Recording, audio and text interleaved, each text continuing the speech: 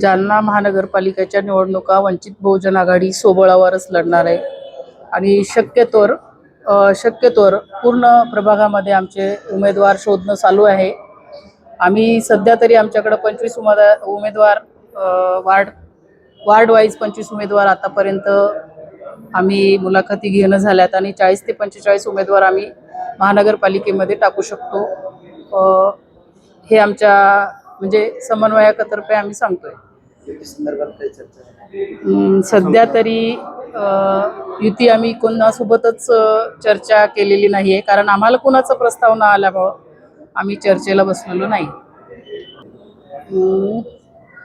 सगळे वेगवेगळे लढले तर 100% वंचित बहुजन आघाडीला याचा फायदा होईल.